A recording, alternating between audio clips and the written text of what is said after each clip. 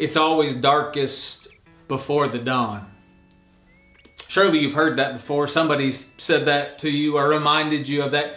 Usually when you're going through a hard time or through difficult circumstances or an illness or a tragedy, life is not treating you well, and somebody, a good-meaning soul, will come up to you, and maybe they'll wrap their arm around you and they'll tell you, hey brother, listen, it's always darkest before the dawn.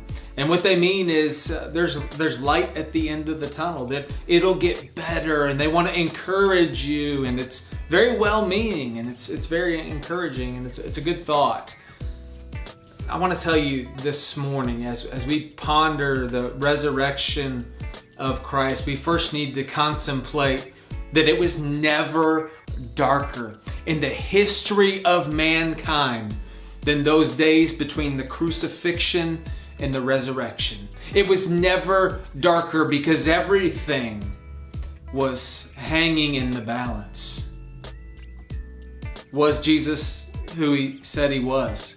Could he return from the dead? Could he forgive our sins like he promised? I can't imagine what the disciples and the followers of Jesus were contemplating during this time. Had we been duped by this guy? Or could he do what he promised he would do? Everything hanging in the balance these 3 days between the crucifixion and the resurrection. But then Easter morning comes. Then Resurrection Sunday comes. In Matthew chapter 28, verses 1 through 7.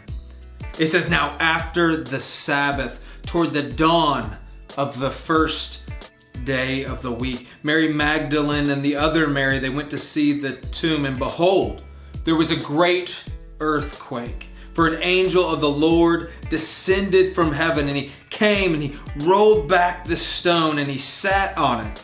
His appearance was like lightning and his clothes white as snow. And for fear of him, the guards, they trembled and they became like dead men.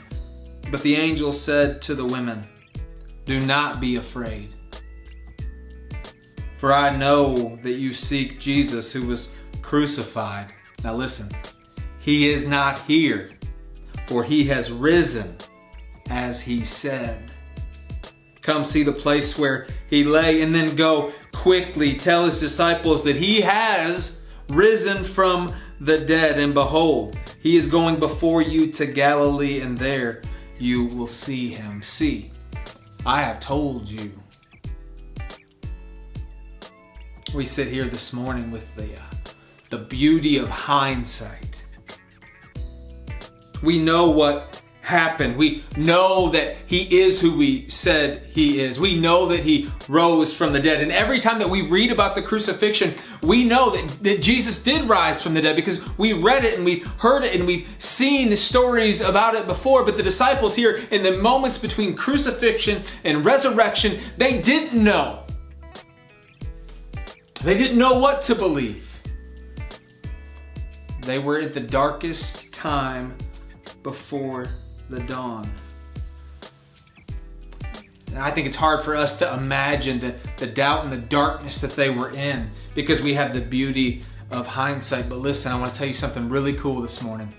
I think it's also really hard for us to understand the joy that they felt and experienced and exploded with when they found out that Jesus was who he said he was. That he did do what he said he would do. That he did rise from the grave. That he can forgive their sins. That he can give them new life joy. They were overcome with joy. We today are living in the time after dawn. The darkness is gone and light has overcome it, and Jesus Christ has rose from the grave. And that's where we're at right now, with the ability to live and receive the redemption from Jesus Christ himself. We can walk in new life because on that morning the angels proclaimed he has risen. Today, I pray and I hope that as we celebrate Easter, wherever you're at today, as we celebrate Easter together in spirit, may we experience the same joy that the disciples experienced on that first Easter morning when the angels proclaimed, "He is not here, for He is risen, just as He said." Let's be filled with joy this morning because, hey, He's not in that tomb anymore. He has risen, just as He said. Be joyful today. Jesus Christ is alive.